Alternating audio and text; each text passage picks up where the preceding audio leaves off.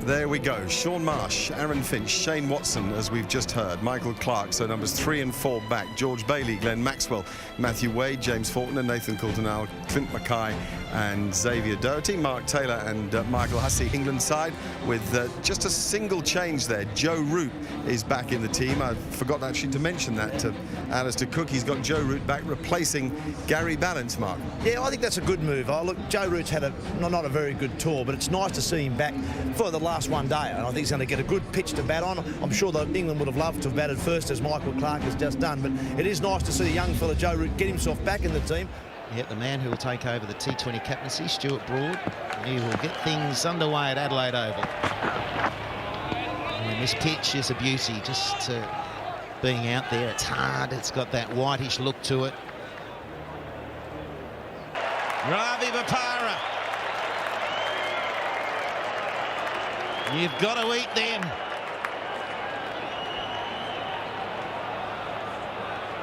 He's riding his luck, Aaron Finch. He's been dropped making 100 in Melbourne. He's been dropped twice already in making 5 here. And this is what he's got to get out of his game. You just cannot keep hitting the ball catchable height through the covers and expect to get away with it. Watch the front knee this time. See how it's straight. It's late to bend in. His weight's back, and that's why it spoons up. Bopara will be just so hopeful of another chance somewhere. They need Finch out now. No one out there is happy. Always happens, doesn't it? Then the next one runs. So before he gets beyond 5, he's been dropped twice. And he comes into this game with 200s out of 4 games. So this lack of catching the easy ones is something that's been a menace right through the summer for England. And certainly at Adelaide, there's something here at this ground, because it was Carberry, wasn't it? Just before the end of play, he dropped Hadden, and that was a massive turning point, not only in that test match, but for the series. Dear, oh dear, that's got to be taken. No run. 3 overs gone, no wicket for 11.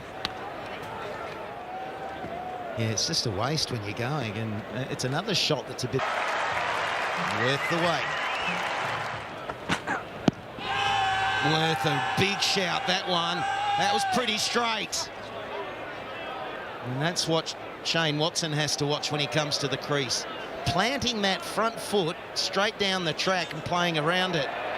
They've gone for the review. It looked very close. Well, it sounded ugly too, wasn't it? A big meaty blow into the middle of the front pad. Just how far across was it? Is it going down, or is it going to hit leg? He did get it across a touch. Again, great length by Broad, which beats the bat of Watson. It's good pace and great length. So we've got no issues there. Let's have a look. It's hit right in the centre of that front pad. It just looked out to the naked eye, and it looks out on the replay. Let's keep the ball going and see if it smashes into the stumps, but all day long that looks out.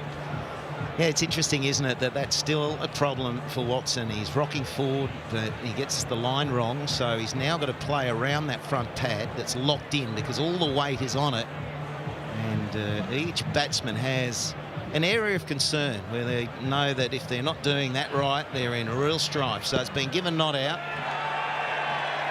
And it was given not out, so it remains not out. And if the umpire had given that out, it would have been Shane Watson maybe asking for the review, and it would have remained out. You can't believe it, Stuart Broad, and I can't either, to be honest. Naked eye, you're just thinking that is out. And he's asking the umpire now how it possibly not out. We rely on technology in this game, and technology tells us that's not going to be hitting enough of the leg stump, but if you have a look at it in real time, it just looks so out. I'd have to say for Shane Watson, it would have felt out. He would have thought, no, I've made a big error there. And now he gets a chance to... Good catching. And much needed at this stage for England. They are way on top. Australia not coming up with a great remedy to get on top of this pitch that looks like it's quite slow, not coming onto the bat. So the dangerous Marsh was setting himself up nicely. Out for 36, 4 for 64.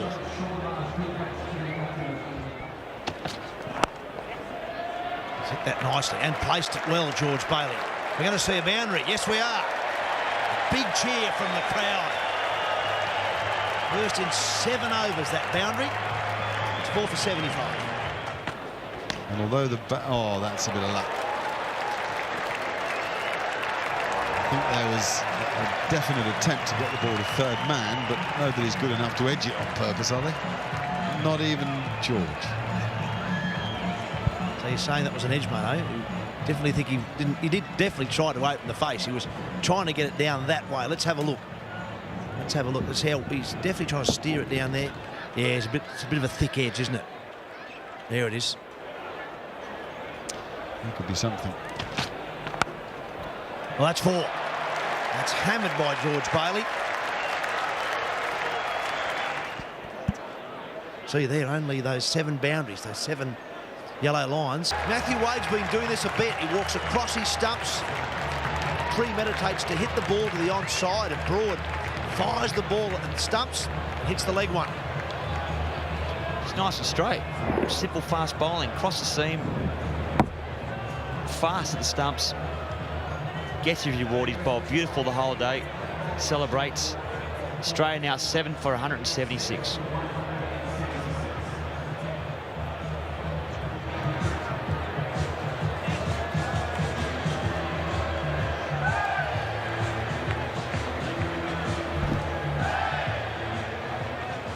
Almost felt that Faulkner could do it again at the whacker. But he edged one through to Butler. It was a ball that bounced a little bit more short outside off stump, and he nicked it on the way through. Just on the strength of what we've seen in Mahali and then the Gabba, you thought Faulkner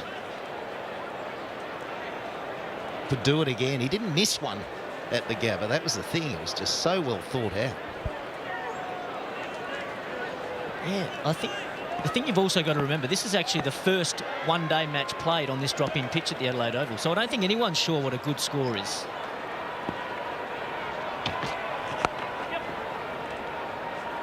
Well, it's not your typical Adelaide pitch. There are some differences. There was a big bash game here.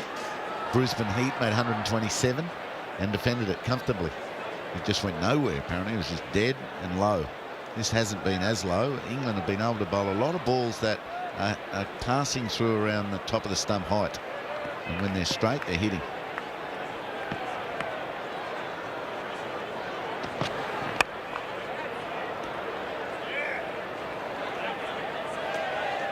Another toe into the bat.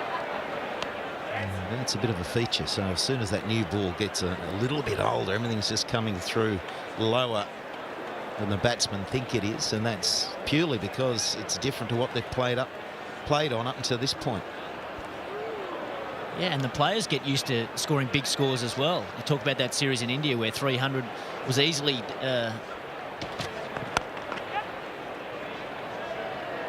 not enough of a score to defend. And so far in this series, the scores have been very high. So the players would be finding this a lot different as well. We're used to going at 6 or 7 runs and over. We're only being able to go at 4 runs and over. So it's a difficult adjustment to make as a player as well.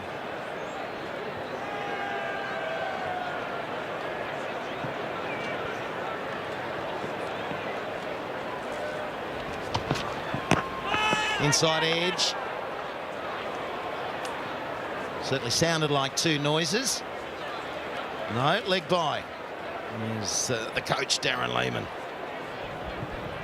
Straight, just short of a length, so it's very difficult to wait for and hit hard. And have a look down the left column at the Australian side.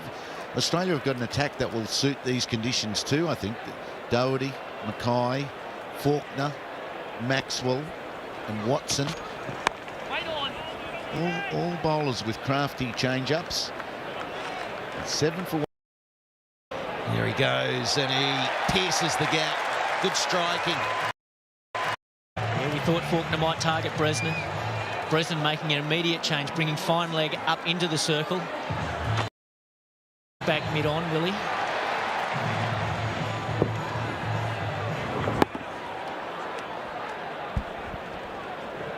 the nature of the innings hasn't asked too many questions of the control after a discussion with the bowler. Mid-wicket has gone back. And that's where they need to be offside. All his big hits in Mahali and Jaipur have been that favourite shot of his, very difficult to pick up. And they've protected that boundary. Goes again. This time Coulter-Nile into the action. That is a beautiful shot. Over mid-off. He's a clean hitter of the ball, Nathan Coulter-Nile. He's dangerous in this situation, and that'll help his confidence. Oh, won't it? So Bresnan, same tactic as he employed to Faulkner, but just got it a touch short. Didn't get the Yorker right. Oh, and the tail ender of Coulter-Nile was ready. Yeah, it's a good length when you enjoy hitting down the ground. That is the perfect length for you.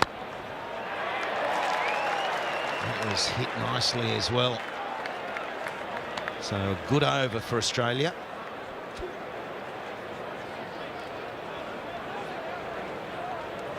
Good work there from Morgan at backward point too. Probably saved 3 runs. Diving away to his right. Coulter-Nile hit that ball quite well backward a point. Saved his team some runs. 12 from it. The first time Australia have had a double-digit over. And with 3 to go, good timing for that. 7 for 199. Final over, Jordan to bowl it.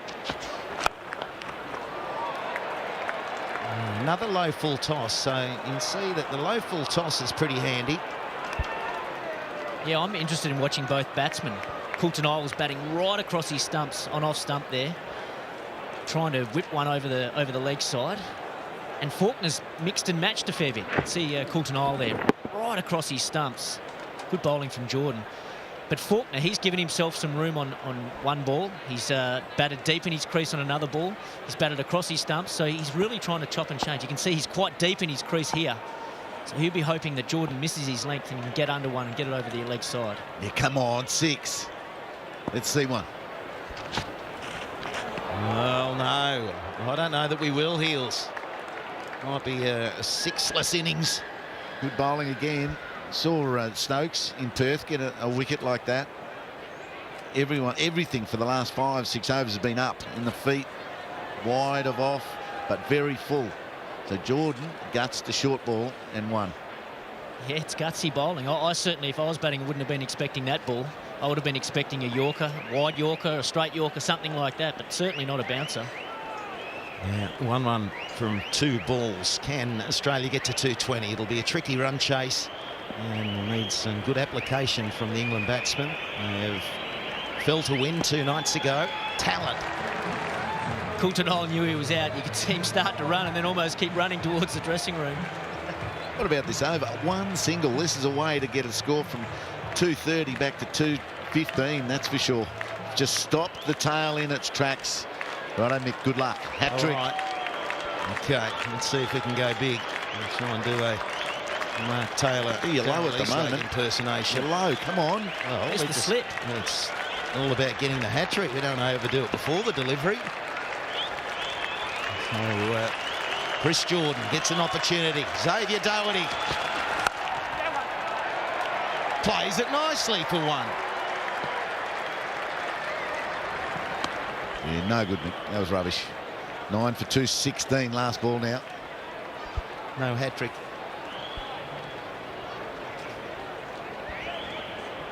So we've got another big run chase, not in the terms of it being a 300-run chase. It's a tricky run chase because of the conditions here.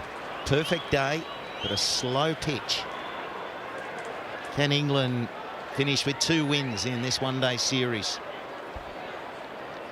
It's going to be a big night. The start is crucial for England. If they get off to a good start, then they'll feel like they can relax and just ease into this run chase. But if Australia can get a couple of early wickets, and the pressure will be right on that middle order.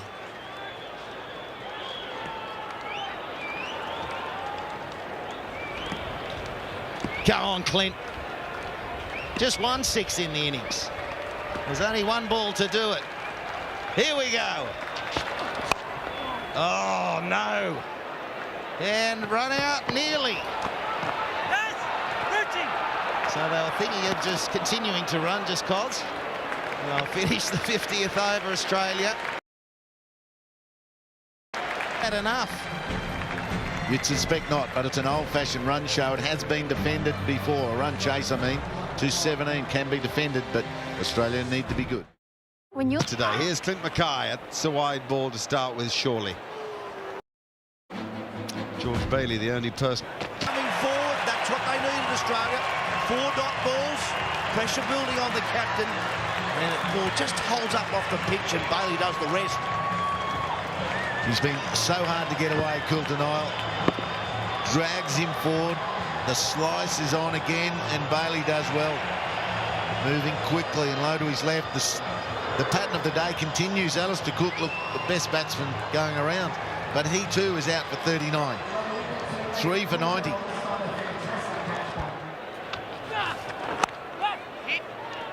Maybe this time. Maybe this time. Oh, that would have had him. George Bailey would have had him this time.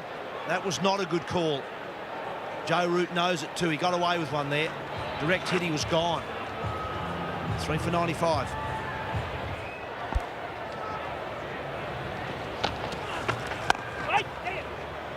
There's some damage there. They were short and wide. Morgan played that well. He knew that was where the gap was, and he didn't overplay the shot. He just picked the right gap.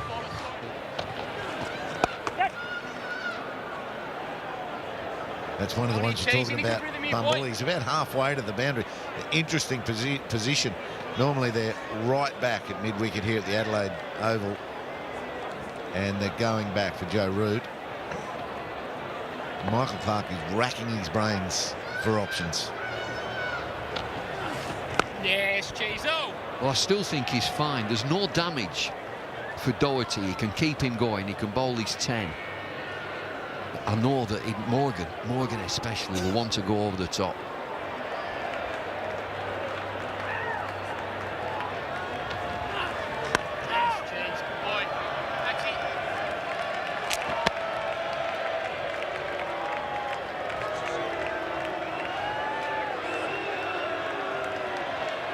See, they're going into his 8th over now. Maxwell, the other spinner, 2 overs for 14. It's been a bit more expensive tonight. Well, they get 6 from that over. That's all they need to do, England. 3 for 107.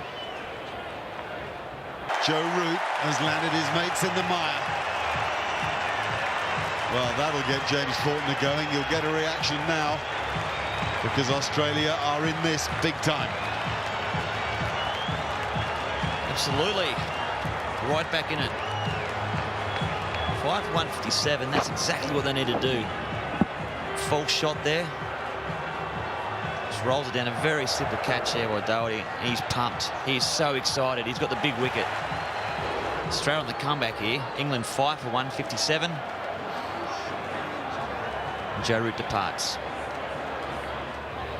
England are on the verge of creating something extraordinary here. A 5-over power play.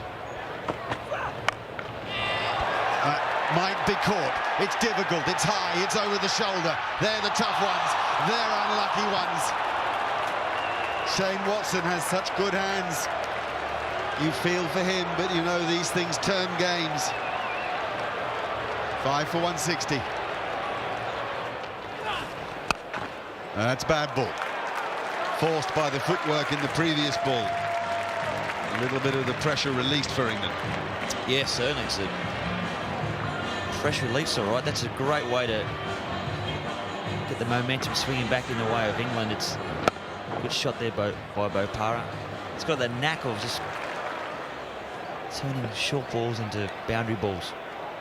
Even that one, though, it was almost off the toe of the bat. It was certainly a bad delivery. Oh, yeah, geez. It was dragged down, and Bopara, I reckon people thought he was going to get a chance to hit a 6, but once again, it kept a bit low, didn't it? Just watch this. We'll see where he hits this.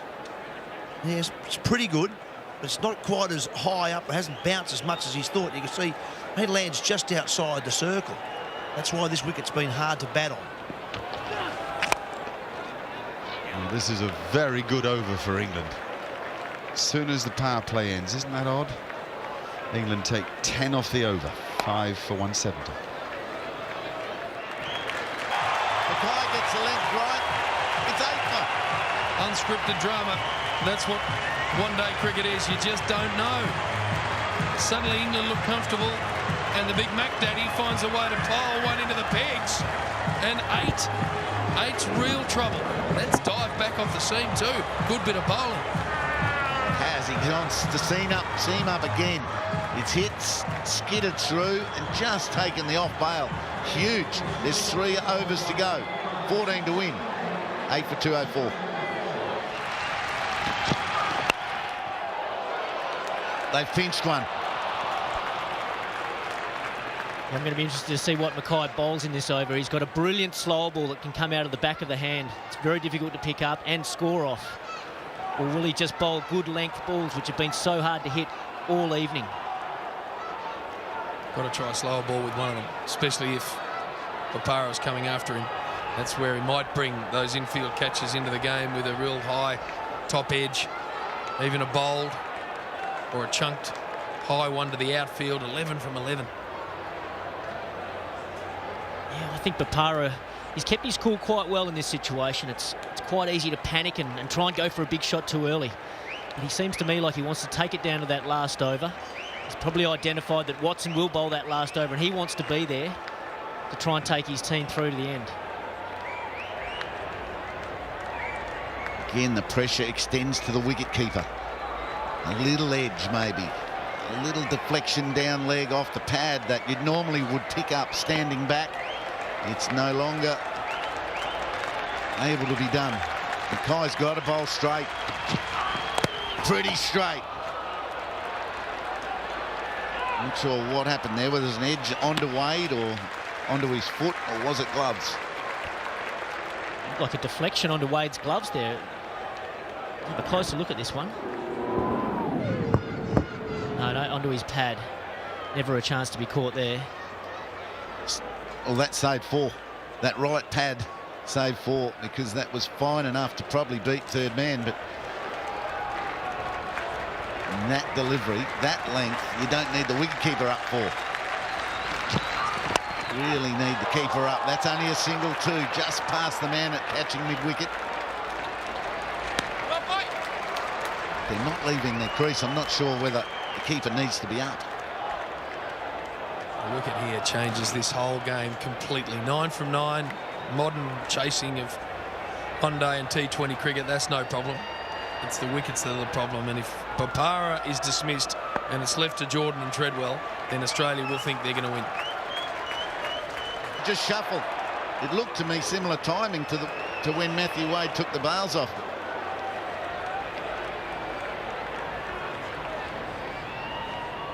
I think there's been an appeal. There's been an appeal, and the umpire's having a look at it. Matthew Wade sensed the batsman's back foot was moving. Was it in the air? Great delivery, great delivery. Again, leg cutter beat the outside edge. If he nicks that just past Wade, it's 4. At the moment, if nothing happens, it's 9 needed from 8 balls. Yeah, there's pressure on everyone here. There's pressure on the umpires as well.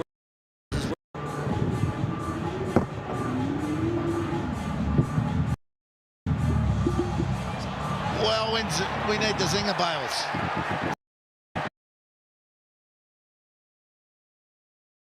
Up 2. Oh, beautiful clean glove work by Matty Wade. And that's why he's up to the stumps. We were questioning whether he should be up or back.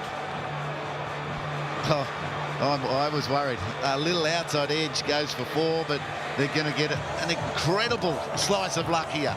Papara's on 25. He's been the central figure of these late partnerships. We've seen enough evidence to think that's out. Surely the umpire's now convinced.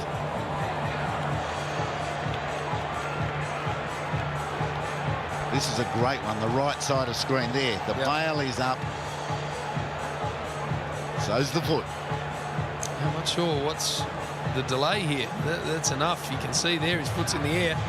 So we'll have a look up at the big screen and see what it says. These gentlemen are waiting. We're waiting. Millions around Australia are waiting.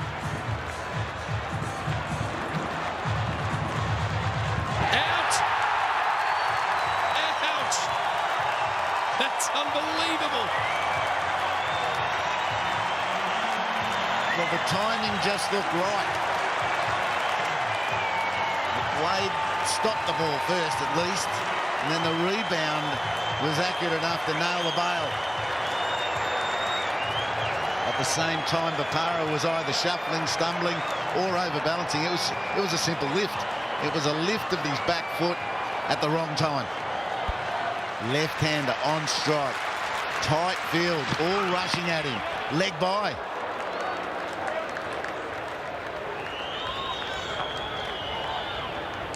What does he bowl? Target the stumps. Hope that a panic shot comes out of Jordan. What about the slow ball? I'm sure Jordan hasn't seen that slow ball before. He could easily spoon one straight up in the air. Or connect it for 6. That's the balancing act Clint Mackay's going through at the moment. He's on the 30-yard circle. He's got a long run up. The batsmen are still chatting. Right, are we going to run? Are we not going to run? We've got 7 balls to go. Who's going to be the one that takes on the big shot? Clark probably talking to Shane Watson with a smile on his face. He's saying, sorry, buddy, it's going to be you, maybe.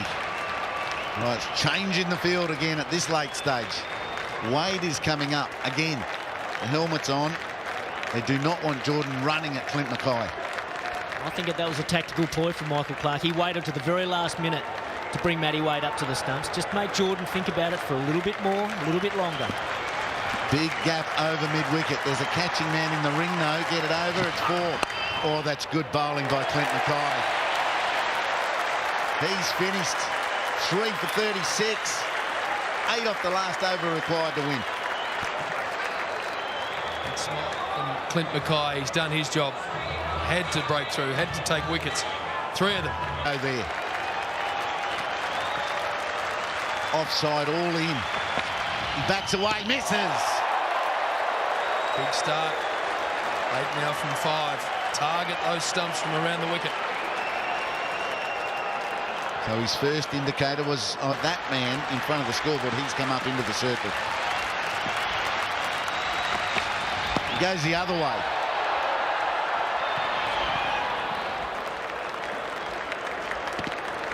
Now we have the right-hander. I'm sure Shane Watson will come back over.